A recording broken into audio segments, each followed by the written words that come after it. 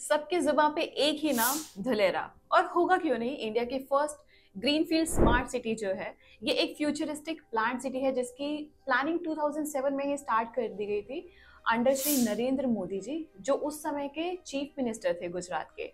धुलेरा की अगर हम लोग बात करें तो इसमें 6 टाउनशिप प्लान किए जा रहे हैं जो कि 3 फेजेस में डिलीवर किए जाएंगे। उसका फर्स्ट फेज जो है वो ऑलमोस्ट रेडी हो चुका है 95% के अराउंड। इनिशियल दिनों की अगर हम लोग बात करें तो लोगों ने इसको प्रोजेक्ट को धुलेरा स्मार्ट सिटी को इतना सीरियसली नहीं लिया था, but over the period of time बड़ी बड़ी कंपनीज यहाँ पर आई, अपने मैन्युफैक्चरिंग प्लांट्स यहाँ पर लगाए और यहाँ पर इन्वेस्टमेंट करी। उसके बाद से सारे इन्वेस्टर्स सिर्फ यही जानना चाहते हैं कि धुलेरा में इन्वेस्ट कहाँ करें। इस वीडियो में आज हम लोग बात करेंगे कि धुलेरा है क्या, उसको स्मार्ट सिटी क्या बनाता है और यहाँ पर कहाँ कहाँ इन्वेस्ट करना चाहिए।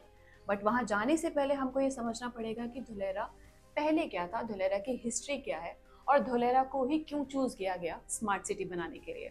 धुलेरा की हिस्ट्री की अगर हम लोग बात करें तो 4000 साल पहले हम लोगों को जाना पड़ेगा। वहाँ पर अलग अलग सिविलाइजेशन के लोग यहाँ पर ट्रेड करने के लिए आते थे, यहाँ पर व्यापार करते थे, जिसकी वजह से ट्रेडिंग को एक बूम मिला था। तो फर्टाइल लैंड होने की वजह से प्लस ये कोस्टल रीजन के पास होने की वजह से धुलेरा को, क्योंकि ये गल्फ ऑफ खंबात के पास भी है, इसको एक एडमिनिस्ट्रेटिव सेंटर भी बना दिया गया था। और अगर हम लोग आज की बात करें तो धुलेरा अहमदाबाद का एडमिनिस्ट्रेटिव सब डिवीजन है, जो कि अहमदाबाद से शायद 80 से 100 किलोमीटर की दूरी पर रहा। नाउ विल टॉक कि धुलेरा क्यों बनाया जा रहा है। इसके पीछे एक बहुत बड़ा रीजन है।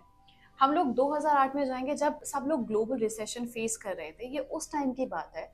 एंड तब के हमारे जो प्रधानमंत्री थे डॉक्टर मनमोहन सिंह जी, उन्होंने एक आइडिया लेकर आए। उन्होंने बोला कि इंडिया को एक इंडस्ट्रियल पावर हाउस बनाना पड़ेगा to fight the global recession.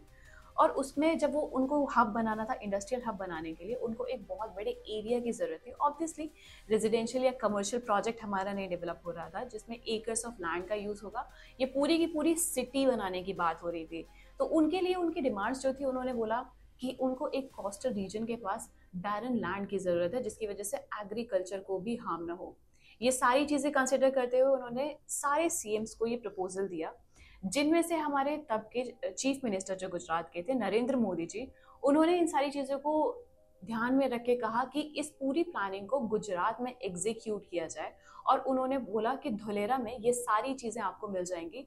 और इसी तरीके से धुलेरा की स्मार्ट सिटी बनने की जर्नी शुरू हुई। अब धुलेरा स्मार्ट सिटी बनने की प्रोसेस में तो था, लेकिन उसको एग्जीक्यूट में और प्लानिंग में इतने सारे चैलेंजेस आए थे, क्योंकि धुलेरा गल्फ ऑफ खंबात के पास है और कोस्टल रीजन होने की वजह से यहाँ पर बारिश के पानी और सलाइन वाटर का बहुत बड़ा चैलेंज था।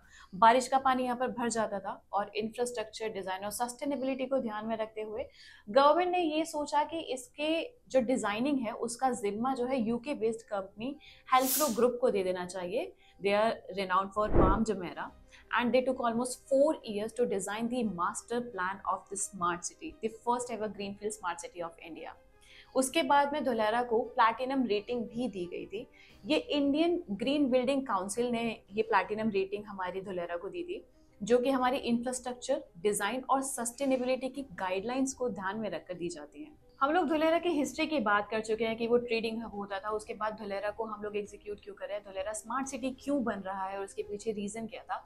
But now we need to understand Dholera is not only Dholera but SIR भी उसके साथ जुड़ता है, जो कि है special investment region.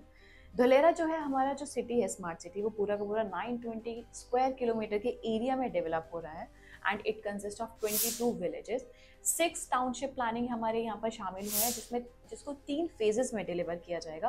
First phase almost ready हो चुका है 95%, जैसा कि मैं आपको बता चुकी हूँ, और 2026 तक वो ऑपरेशनल भी हो जाएगा। अगर हम लोग स्पेशल इन्वेस्टमेंट रीजन की हम लोग यहाँ पर बात कर रहे हैं तो SIR एक्ट की वजह से बेसिकली क्या होगा, ये पूरा का पूरा जो हमारा जोन है धुलेरा, ये पूरी की पूरी जो स्मार्ट सिटी है, ये इसको एक बिजनेस फ्रेंडली एनवायरनमेंट देगा और बिजनेस फ्रेंडली जोन बना देगा बेसिकली, जिसकी वजह से यहाँ पर जितना भी हमारा लीगल और डॉक्यूमेंटेशन प्रोसेसेस होंगे वो सारे स्मूथ हो जाएंगे। आपको अपनी फाइल्स को लेकर एक ऑफिस से दूसरे ऑफिस बहुत ज़्यादा भागना नहीं पड़ेगा। आप एक बार जाएंगे और सारे लीगल डॉक्यूमेंटेशन जितने भी होंगे वो स्मूथली आपका काम हो जाएगा। Now will come to the point जिसके लिए हम लोग स्टार्टिंग में बोल रहे थे कि धुलेरा वो स्मार्ट सिटी एग्जैक्टली बनाता क्या है। इसके अंदर 4 मेजर पॉइंट्स होंगे जिसके ऊपर हम लोग बात करेंगे। पहला ABCD, it's not just an alphabet but ABCD हमारा यहाँ पर रिप्रेजेंट करता है administrative come business centre for Dholera, जो कि एक हाई टेक सिक्योरिटी सिस्टम यहाँ पर रहेंगे हमारे। और जितनी भी एक्टिविटीज इस पूरी की पूरी सिटी के अंदर हो रही होगी ना, वो प्रॉपरली मॉनिटर की जाएंगी। फ्रॉम एक्सीडेंट अगर कुछ भी हो गया या कोई भी छोटी से छोटी चीज होती है, वो सारी की सारी मॉनिटर की जाएंगी और ये सारी की सारी चीजें जाएंगी ABCD बिल्डिंग में।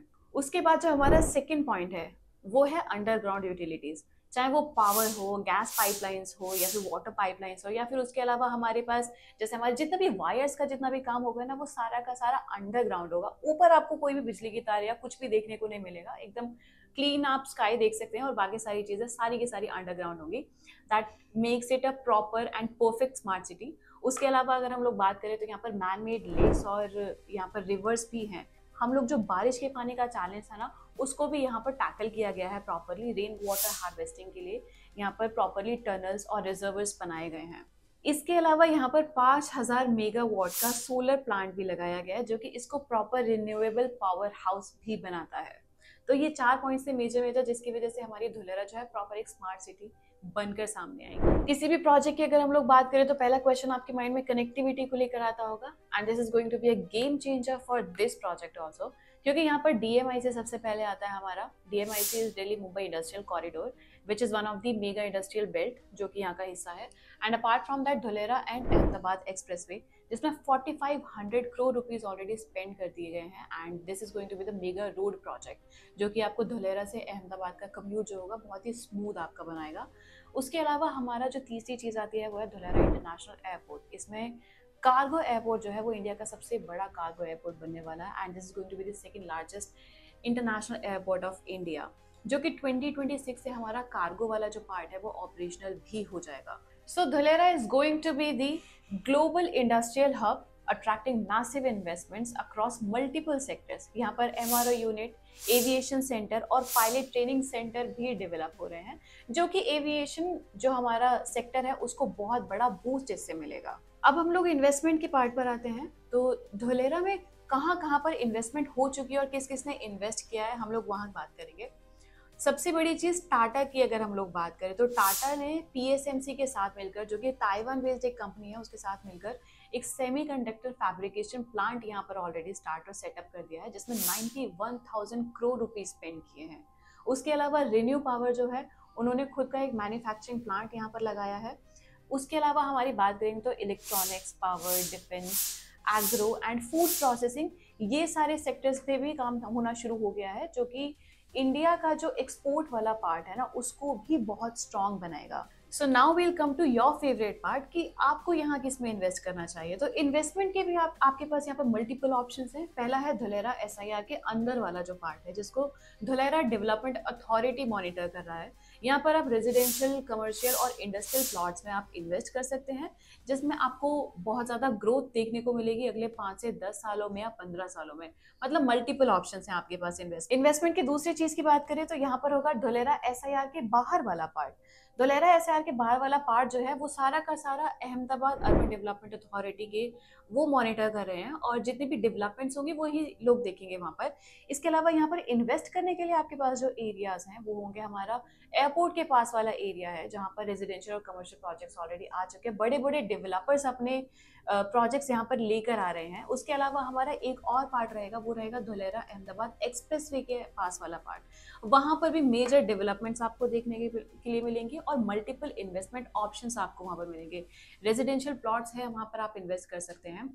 एंड लोग डाइसी होंगे कि बाहर वाले एरिया में क्यों हम लोगों को इन्वेस्ट करना चाहिए। तो यहाँ पर मैं एक एग्जांपल आपको देना चाहूँगी कि हम लोग गिफ्ट सिटी को कंसिडर कर सकते हैं। जब वो इनिशियली बन रहा था तो वहाँ पर भी ज़मीन के प्राइसेस इतने हाई नहीं थे, and now the real estate market के जो प्राइस हैं they are skyrocketing. Apart from that there is one more place, Sanand करके, जो कि गुजरात का ही एक पार्ट है। 2010 की अगर हम लोग बात करें तो वहाँ पर जब टाटा नैनो का प्लांट आया था तो वहाँ पर बीघा के हिसाब से 5 से 6 लाख रुपए में लैंड हमारा सेल आउट हुआ था, एंड आज उस लैंड की जो कीमत है that is around 30 to 40 lakhs पर बीघा। तो आप ये चीजें भी कंसिडर करें इन्वेस्ट करने से पहले। और सभी लोग बोल रहे हैं कि Dholera is going to be the next Dubai, but this is going to be more than that. यहाँ पर होगा top notch infrastructure, mega industrial zone, economic growth. उसके अलावा जो हमारी इन्वेस्टमेंट रिटर्न होगी वो मल्टीफोल्ड आपको मिलेगी आने वाले सालों में। तो अगर आप इन्वेस्ट करना चाहते हैं धुलेरा SIR के अंदर या बाहर, अपनी प्रॉपर रिसर्च जरूर करें, सही लोगों को चुनें और सही प्रोजेक्ट चुनें। Thank you.